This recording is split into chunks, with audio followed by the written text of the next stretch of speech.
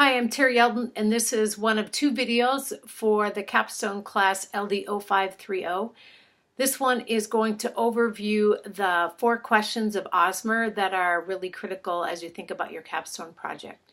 So if you don't have your syllabus, you can get that out. Otherwise, you can look at your essay for Osmer, or maybe some of you have had other courses that address this that you can use that as well.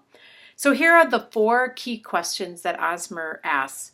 He says, what is going on? That's a descriptive move.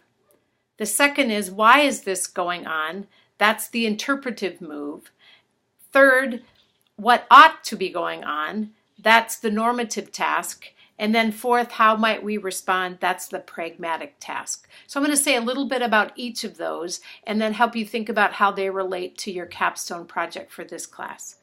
So first, the descriptive task, or the what is going on. This is a point of gathering information that helps you see, look a little like what do you see on the surface, but also going a little bit deeper and wonder, is this an episode? Is this some part of something bigger? Is there a trend here? Is there something going on contextually that we need to be captive of? The sense of we don't often take the time to look deeply and ask what's going on from multiple angles. So, for example, many people have used the National Study of Youth and Religion as a way of describing young people's faith, or what people in congregations that work with those in the first third are addressing. But that may not be the only thing. There may be something that, some interviews with people in a congregation. There may be another project that you've done for like leading Christian communities in mission that help talk about more in depth kind of some pieces that are going on.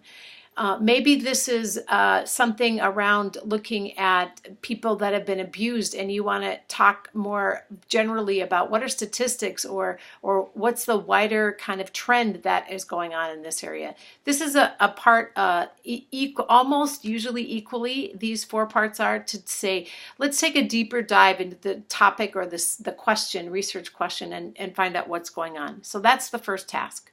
The second task is the interpretive one. This is where you draw on theory and in science or the arts to better understand and to think about why might this be going on. So for example, if we look at abuse, maybe it's gone up, and then we look at, well, why is this going up? You might have some theoretical moves that you want to make there.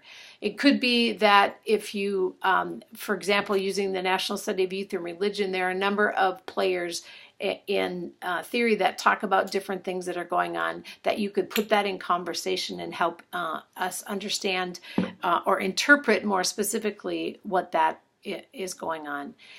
So this is a place for you to draw on theory that might give insights into the situation that shed a new light at it. The projects that I find that are most interesting in the Capstone Project are putting together different kind of partners. So maybe you were an art history major, and maybe there's something in your art history set of understandings that could shed light into the current situation. Or maybe you're an education major and there's some kind of educational theory that you want to put in light with that. Or developmentally or communication, there's all kinds of ways you can draw that in. But this is the theoretical part of the paper. The third is the normative task, or this is the theological section. So this is the time when you use theological concepts, biblical concepts, to understand particular episode situations that you described in the first section. This is what might we learn from this that help us kind of shed light onto what does Scripture say about how we should witness and respond to this situation in this time and in this place. So, for example, using the National Study of Youth and Religion, there are findings around kind of this mush faith that wasn't particularly Christian, it wasn't particularly true to each denomination. There would be a way to say, what does it mean to give witness in a pluralistic age that might open this up in some different kinds of ways. So that might be a way to dig deeply into Scripture, or looking at a particular time in our historical past in the Christian church by looking at an Old Testament text or something like that.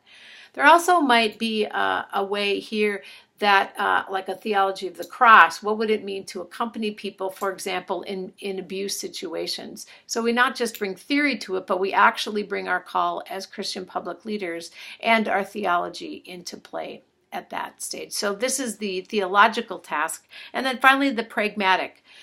In the end, we need to do some action. So given this, and this wider understanding, now how do we go back and re-enter the situation, thinking intentionally about what we're called to be and to do in those situations. So given that abuse is up, given that we've got this theory and this theology to think of it, now what is the church or what are ministry leaders called to do in this situation, and hopefully taking those new insights and turning it to a different piece. How might we respond is a way for you to speak directly into the church itself or into your own leadership moving forward. So for example, if you're a chaplain and you're thinking about how these concepts take place in a hospital or in a nursing home or in a unit for adults that can't care for themselves, a group home kind of situation. This is the point for you to live deeply into that context and say, then this is the things that are going to inform the actions and the things that I do. Again, this is just 4 really broad questions to help you put together an argument or a way of thinking robustly about a particular ministry situation that is important to you, that will inform how you lead and hopefully spur some other conversations between other ministry leaders also interested in this topic. I look forward to reading your capstone projects. I look forward to talking with you in our one-on-ones, one-on-twos that we're going to have later in the semester. And mostly, I'm excited for the church as you take on these interesting topics. Thanks.